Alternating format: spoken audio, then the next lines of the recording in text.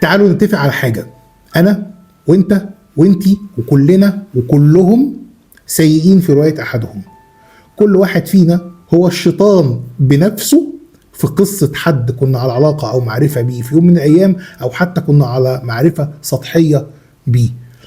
ده وضع مش هتعرف تغيره حتى لو وقفت على راسك. في النهاية أنت لا ملاك ولا نبي ولا هتكون. اللي كرهك هيفضل كرهك، اللي شايل منك هيفضل شايل منك، زي ما اللي بيحبك برضه هيفضل بيحبك. لكن ده ما يمنعش ان اهم واعظم خدمة تقدمها لكل الناس اللي حواليك انك ما تكونش مصدر ضرر ولا اذى ليهم قدر الامكان. القصة اللي جاية انا كنت احكيها نقلا عن سيدة من كوريا الجنوبية، اللي هي اصلا عملت الفعل اللي عملته في القصة ده نقلا عن سيدة امريكية. لغايه ما فوجئت وانا بفرز الرسائل اللي بتيجي على الانبوكس ان في واحده مصريه بعت نفس التصرف نفس الموقف وهو بحذافيره. معرفش هي واخداه برضو منهم ولا لا، بس عملته. قلت خلاص طب هنقوله على لسان المصريه، نقوله على لسان بنت بلدنا. اللي حصل ان رانيا بنت مصريه او زوجه مصريه في اواخر العشرينات من عمرها، ربنا رزقها من حوالي 8 شهور ببنوته جميله جدا جدا. ولكن للاسف بسبب ان رانيا كانت عايزه تكمل في الشغل بتاعها وجوزها كان رافض تماما موضوع الشغل، حصل خلاف قبل الحمل مباشره، قبل الولاده مباشره، فاثناء فتره الحمل بينها وبين جوزها انتهى الخلاف ده للاسف بالطلاق.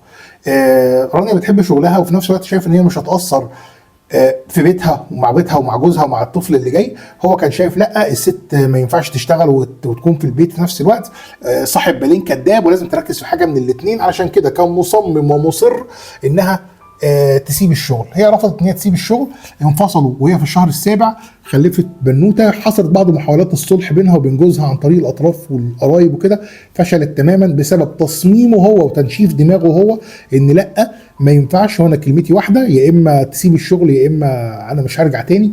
وفعلا فضل مصمم على موقفه، وبالتالي هي كمان فضلت مصممه على موقفها، انا مش هسيب الشغل بتاعي والانجازات اللي حققتها فيه لمجرد شكوك في دماغه هو ان انا مش هعرف اوفق بين الاثنين يعني. خلفت بنوته زي القمر.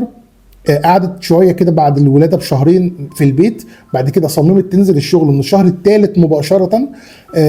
هي راحت عاشت عند والدتها بعد الانفصال، رانيا هي والبنوته بتاعتها، وقعدت هلكت نفسها في الشغل. بقت فعلا نموذج يعني. هي ما كانتش خالص مقصره، يعني مش معنى وجود والدتها ربنا يديها الصحه ان هي كانت مقصره في تربيه بنتها، لا خالص بالعكس. هي بتروح الشغل بتاعها بتعمل واجبها كما يجب ان يكون، وبترجع بتعتني تماما ببنتها. لغايه ما بيشاء ربنا من شهرين بالظبط ان هي بتجيلها فرصه عمل، عشان هي السي في بتاعها بقى قوي جدا جدا والسيره الذاتيه بتاعتها يعني متظبطه تمام التمام. واحده بتشتغل وبتعشق الشغل بالشكل ده لازم تكون عنصر مميز اي حد عايز يخطفها عنده في المكان بتاعه يعني في الشغل بتاعه.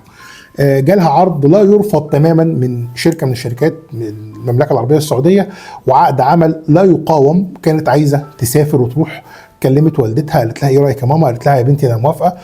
كلمت الشركه قالت لهم انا هاجي بس معايا والدتي وبنتي. فالشركه عشان ناس محترمه وذوق قالوا لها مفيش مشكله تيجي تنوروا. وافقوا خلاص، ظبطت كل حاجه. قبل السفر باسبوع رانيا جت وقفت كده وافتكرت حاجه مهمه جدا. قال لها هو انا، هي بنتها اسمها ياسمين، انا لما باجي اخرج بياسمين دايما ياسمين بتعمل دوشه، دايما بتعمل دوشه في الاماكن لما بخرج بيها في مواصلات، بخرج بيها نخرج انا وهو نقعد في كافيه ولا حاجه، دايما بتعيط وبتعمل صوت بشكل مزعج، فبتزعق بتخلي الناس اللي حواليها دايما ايه يبصوا كده ويبصوا بنفور لينا ويكونوا متضايقين وبتسبب لهم ازعاج. طيب انا شايل هم الطياره، هل احنا المسافه من لما تنطلق من مطار القاهره يعني لغايه السعوديه لغايه المدينه السعوديه اللي هي هتشتغل فيها تتكلم مثلا في حوالي 2.5 ساعة او 3 ساعات. طيب انا هل معقول ان انا الناس بتوع الطياره انا مكسوفه خايفه الركاب اللي معايا على الطياره ممكن البنت تعيط، ودي اول مره بنت تركب طياره، فانا خايفه ان البنت تعمل صوت او تعمل دوشه فتزعل الناس والناس يزعلوا وكده وتضايق. عندها احساس جدا بالذنب، هي من النوع اللي دايما نغزه الضمير دي عندها دايما صاحيه قوي. فوالدتها قالت لها يا بنتي هم 2.5 3 هيتقضوا، مش قصه مش حوار يعني، ما توجعيش دماغك بقى، ما تقعديش ترهقي في نفسك زياده عن اللزوم، احنا 2 ساعة هنركب والبنت ان شاء الله ما تعملش دوشه. قالت لها ماما طب لو عملت، ما هي الطبيعي بتاع ياسمين هي بتعمل دوشه لما نيجي نخرج بيها.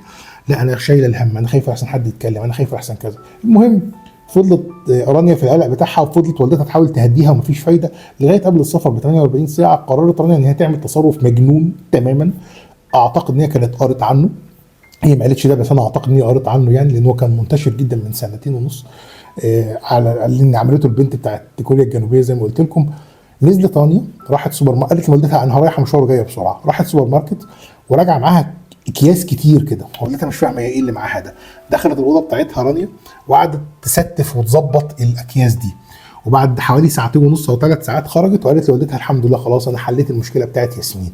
ايه عملتي ايه يا بنتي؟ قالت لها بعدين ما رضيتش تقول مامتها خالص ايه اللي حصل.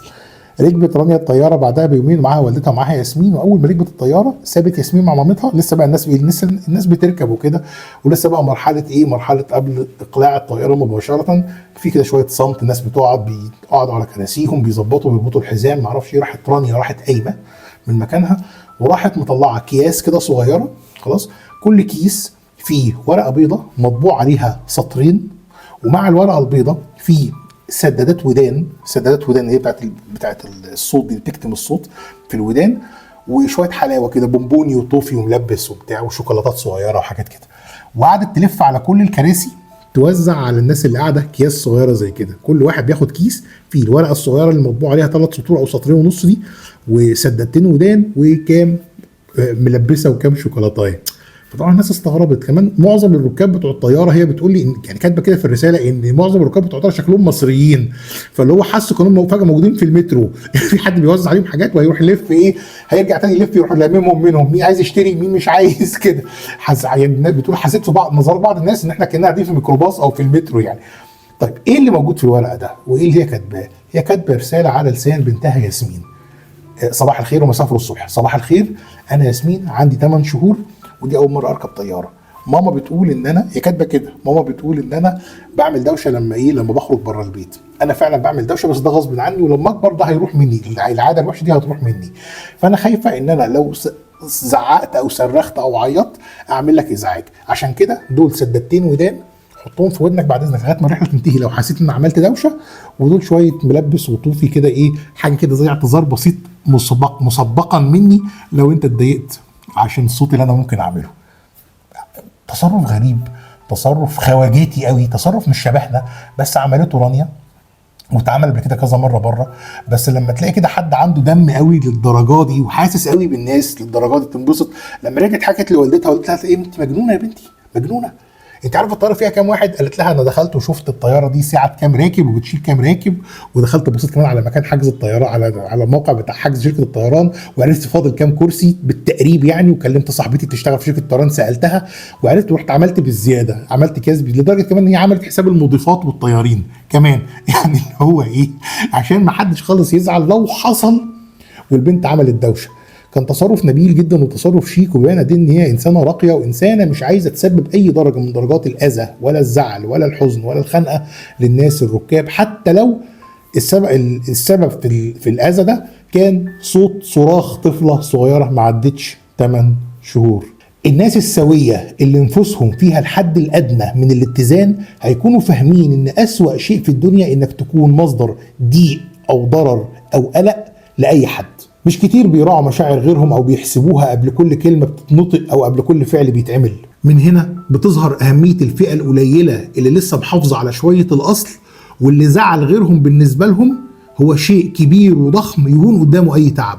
المهم ان في نهايه القصه ما كونش سبب ان شخص يحس بسببي بالاسف. في جمله عبقريه بتقول: اذا استطعت ان تحسن حياه انسان واحد او تخفف الما واحدا أو ترشد طائرا إلى عشه ما ذهب عمرك سدى.